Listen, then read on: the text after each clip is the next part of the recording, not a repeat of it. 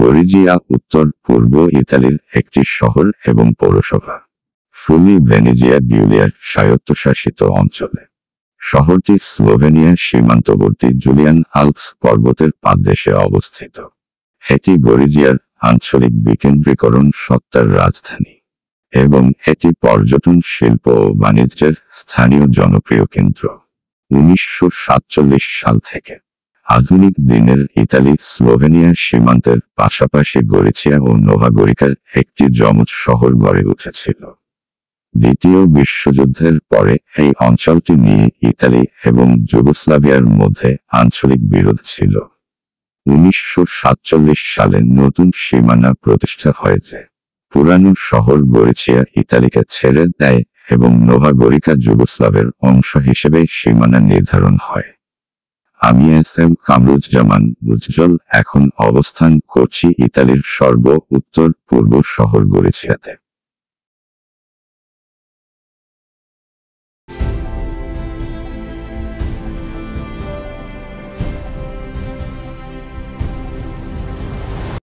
Remembrance park গরিচিয়া শহরের কেন্দ্র থেকে অল্প দূরে অবস্থিত গরিচিয়া শহরের একটি পাবলিক পার্ক। পার্কটির আয়তন প্রায় 2.5 হেক্টর। পার্কটিতে ভাস্কর্য রয়েছে যা 1923 সালে গরিজিয়া থেকে আসা স্বেচ্ছাসেবকদের স্মরণে নির্মিত হয়েছিল, যারা অস্ট্রিয়াকে অস্বীকার করে ইতালীয় সেনাবাহিনীতে যোগদান করেছিল প্রথম বিশ্বযুদ্ধে। পার্কের কেন্দ্রে বৃত্তাকার স্মৃতিস্তম্ভ রয়েছে, যার প্রথম পাথরটি 24 মে 1925 সালে স্থাপন করা হয়েছিল। স্থপতি এনরিকো ডেল ডেবিও গ্রিসের লিসিক্রাটসের সমাধির উপর ভিত্তি করে তৈরি। স্মৃতিস্তম্ভটি গরিজিয়ার স্বেচ্ছাসেবকদের জন্য উৎসর্গীকৃত ছিল, যারা মহান যুদ্ধে অংশ করেছিল। 9টি ডোরিক স্তম্ভগুলি জীবন এবং সভ্যতার চক্রের রূপক চিত্রিত করেছেন ভোলতেরানো, যা সমস্ত শহরের ইতিহাস দ্বারা অনুপ্রাণিত হয়েছিল। 1944 সালে স্লোভেনিয়ান জাতীয়তাবাদীরা জার্মানদের নির্মোহ সম্মতিতে তারা তাদের ডিনামাইট বিস্ফোরণের মাধ্যমে এটি উড়িয়ে দিয়েছে। আজ যা দাঁড়িয়ে আছে তা ধ্বংসস্তূপের স্ক্রুপ থেকে উঠে আসা একটি কলাম। ঠিক যেমনটি আমরা আজকে দেখতে পাচ্ছি। জার্মান পুলিশ যে কোনো ধরনের প্রতিবাদ নিষিদ্ধ করেছিল, কিন্তু তখন নাগরিকরা দিন দিন ধ্বংসস্তূপের উপর ফুল দিতে থাকে। পার্কটি এনরিকো ডেল ডেবিও দ্বারা ডিজাইন করা হয়েছিল, যেখানে একসময় পুরানো শহরের কবরস্থান ছিল। Remembrance park. ল্যান্টিয়েরি প্রাসাদ। প্রাসাদটি আজও ল্যান্টিয়েরি পরিবারের বাসস্থান।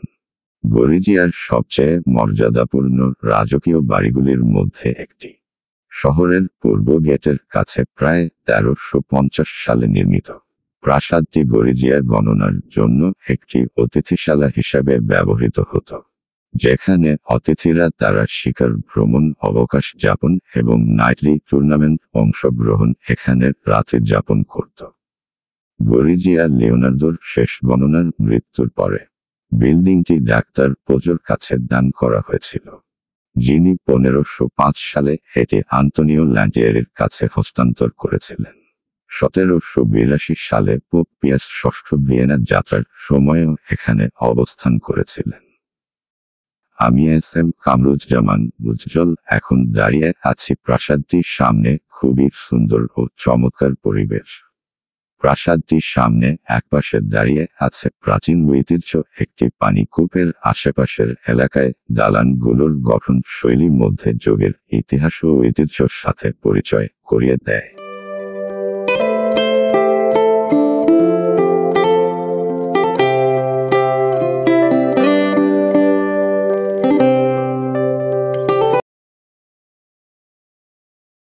গরিজিয়ার দুর্গ 11তম শতাব্দীর একটি দুর্গ, যা পাহাড়ের উপরে সমুদ্রপৃষ্ঠ থেকে 155 মিটার উপরে নির্মিত। দুর্গটি প্রথমে সম্ভবত যা প্রাথমিকভাবে প্রতিরক্ষামূলক কাঠামোর একটি ছিল, যেখানে একটি বাঁধ, একটি খাদ, একটি প্যালিসার, একটি পাথরের টাওয়ার নির্মিত ছিল। 11 শতকের সময় পরে 13 শতকে একটি প্রাসাদ নির্মাণের সাথে আরও প্রসারিত করা হয়েছিল, যে খুবই মার্জিত এবং একটি দ্বিতল ভবন। এই সময়ে অবশ্যই প্যালিসাডের বাইরে একটি গ্রাম ছিল, যা পালাক্রমে একটি প্রতিরক্ষামূলক বাধা দিয়ে সজ্জিত ছিল এবং অগত্যার রাজমিস্ত্রিতে নির্মিত বাড়িগুলি নিয়ে গঠিত, যা আক্রমণের ক্ষেত্রে দুর্গ রক্ষার সাথে সংযুক্ত ছিল। সেরেনিসিমার অধীনে দুর্গটিকে রেনেসাঁ যুদ্ধের জন্য আরও উপযোগী করার জন্য দুর্গের কাজ করা হয়েছিল, যার মধ্যে আগ্নেয়াস্ত্রের ব্যবহার অন্তর্ভুক্ত করেছিল। এছাড়াও বিভিন্ন পরিবর্তনের মধ্যে 11 শতকের কীর্তিও ভেঙে ফেলা হয়েছিল। যাই হোক, ভেনিস 1509 সালের জুন পর্যন্ত মাত্র 13 মাসের জন্য অঞ্চলটি দখলে রাখতে সক্ষম হয়েছিল। পরবর্তী শতাব্দীতে দুর্গটি একটি কারাগার এবং ব্যারাক হিসাবে ব্যবহৃত হয়েছিল, ফলে এর মধ্যযুগীয় চেহারা হারিয়েছিল। 8 শতকে এটিকে আরও বিস্তৃত করা হয়েছিল বুরুজ, পাউডার, ম্যাগাজিন এবং দেয়াল দিয়ে। এই কাজের কিছু নির্মাণের তত্ত্বাবধানে ছিলেন গণিতবিদ এবং জ্যোতির্বিদ এডমন্ড হ্যালি। প্রথম বিশ্বযুদ্ধের বোমা হামলায় দুর্গটি ক্ষতিগ্রস্ত হয়েছিল এবং 1934 থেকে 1937 সালের মধ্যে স্থপতি ফার্ডিনান্দো ফোরলাতি সামরিক প্রতিভা এবং ট্রিয়েস্টের ফাইন আর্টসের সুপারিনটেন্ডেন্সের সহায়তায় দুর্গের মধ্যযুগীয় চেহারায় ফিরে আনার এবং রেনেসাঁর সময় ভবনটি যে সাদা প্লাস্টারটি অধিগ্রহণ করেছিল তা পরিত্যাগ করার সিদ্ধান্ত নেওয়া হয়েছিল। দুর্গটিতে বর্তমানে গরিজিয়া মধ্যযুগের জাদুঘর রয়েছে। অভ্যন্তরীণ অংশগুলি আসল আসবাবপত্র এবং গৃহসজ্জার সামগ্রী দিয়ে সজ্জিত এবং ব্লেড অস্ত্র এছাড়াও সিজ ইঞ্জিনগুলির পুনরুৎপাদন প্রদর্শন করা হয়েছে। কেন্দ্রীয় প্রাঙ্গণে এখনও পুরানো 11 শতকের টাওয়ারের ধ্বংসাবশেষ দেখা যায়। প্রবেশপথের ফটকের উপরে সেন্ট মার্কের সিংহের চিত্রিত একটি মূর্তি দাঁড়িয়ে আছে, যা সেরেনিসিমার প্রতীক। দুর্গের চারপাশে পাহাড়ের উপর একটি পাবলিক পার্ক রয়েছে, যেখানে দর্শনার্থীদের বিশ্রামের জন্য বেঞ্চ দ্বারা সজ্জিত রয়েছে।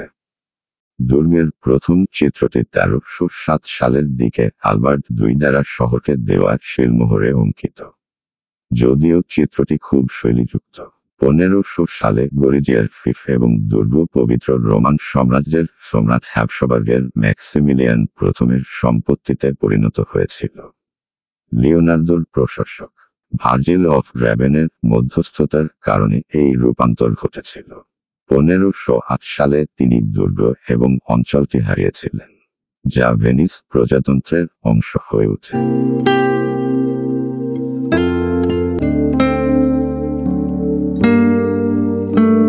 সান্ট ইগনাজিওর গির্জা গরিজিয়া প্রদেশের একটি ক্যাথলিক উপাসনালয় এবং গরিজিয়ার আর্চডায়োসিস। এটি একটি প্যারিশের আসন যা গরিজিয়ার ডিনারির অন্তর্ভুক্ত।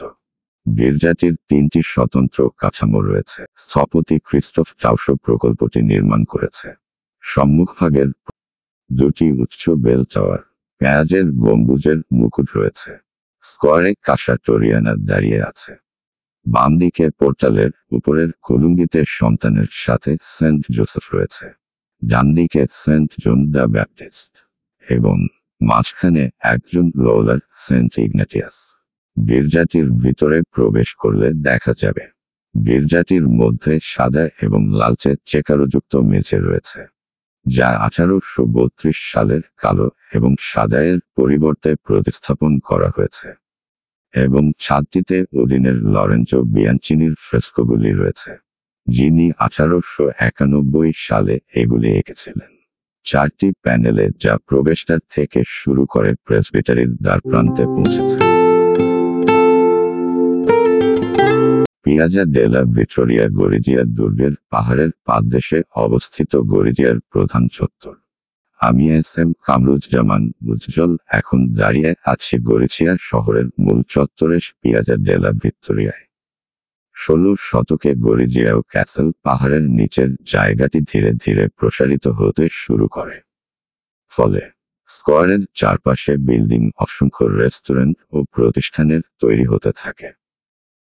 শান্ত ইগনাজিও কলাম।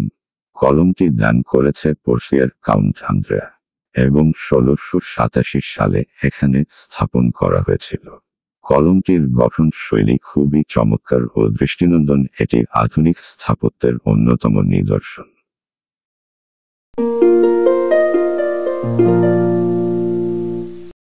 নেপচুন ঝর্ণা কার্ডুচি হয়ে যে স্কোয়ারের দিকে যায় তার পাশে 1756 সালে নিকোলো প্যাকাসির প্রকল্পের অংশ হিসেবে ভাস্কর মার্কো চিয়েরিন দ্বারা নির্মিত নেপচুন ফোয়ারা। যুদ্ধের সময় মূর্তিটি বোমাগুলির দ্বারা ক্ষতিগ্রস্ত হয়েছিল, যা মূল ত্রিশূল এবং নেপচুনের মাথার সোনার মুকুটের ক্ষতির কারণ হয়েছিল। এই ফোয়ারাটি শহরের পানীয় জলের একমাত্র উৎস ছিল। এই কারণেই এটি থেকে শহরের বাসিন্দারা জল আনার চেষ্টা করার সময় বোমা হামলার সময় অনেক বেসামরিক লোক মারা গিয়েছিল। গরিচিয়া শহরের পিয়াজা ডেল ভিক্টোরিয়ায় মাঝে এখনো এক আশ্চর্যজনক সৌন্দর্য নিয়ে দাঁড়িয়ে আছে ফোয়ারাটি। আমি এস.এম. কামরুজ্জামান উজ্জ্বল ফোয়ারাটি পরিদর্শন করে এর গঠন কাঠামো ও নির্মাণ শৈলী দেখে মুগ্ধ হয়েছি।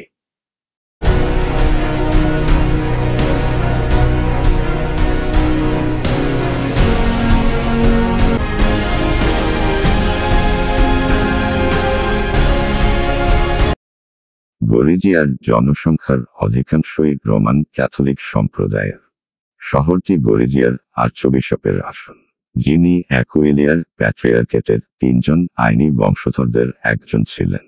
গরিজিয়া এই এলাকায় অনেক গুরুত্বপূর্ণ রোমান ক্যাথলিক স্যাক্রাল বিল্ডিং রয়েছে।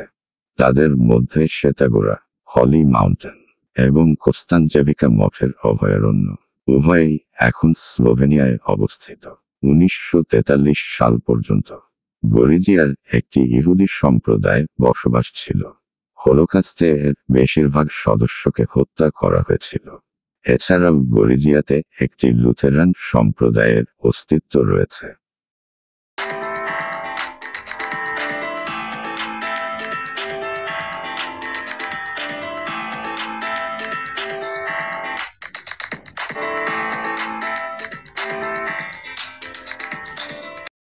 ওসলাভিয়া ওয়ার মেমোরিয়াল ইতালীয় স্মৃতিস্তম্ভ, যারা ইসুজোর যুদ্ধের সময় বিশেষ করে যারা 1916 সালে গরিজিয়া দখল করার সময় মারা গিয়েছিলেন।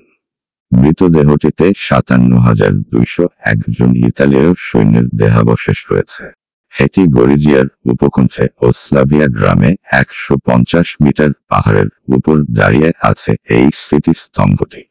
স্মৃতিস্তম্ভটি সিন্দাকাতো ফ্যাসিস্টা আর্কিটেক্টের সহ প্রতিষ্ঠাতা ঘিনো ভ্যানোতরি ডিজাইন করেছিল।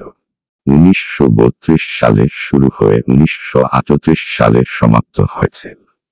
এটি একটি বৃত্তাকার টাওয়ার নিয়ে গঠিত, যা একটি ধাপের ফ্লাইটের উপরে 3টি নিম্ন বুরুজ প্রেলিমন্টানারি এবং ল্যাঙ্গোরিস রয়েছে। ইতালি স্লোভেনিয়া সীমান্ত গরিজিয়া এবং নোভা গরিকার শহরের প্রান্ত দিয়ে শহরের মধ্যে বেশ কয়েকটি সীমান্ত ক্রসিং রয়েছে।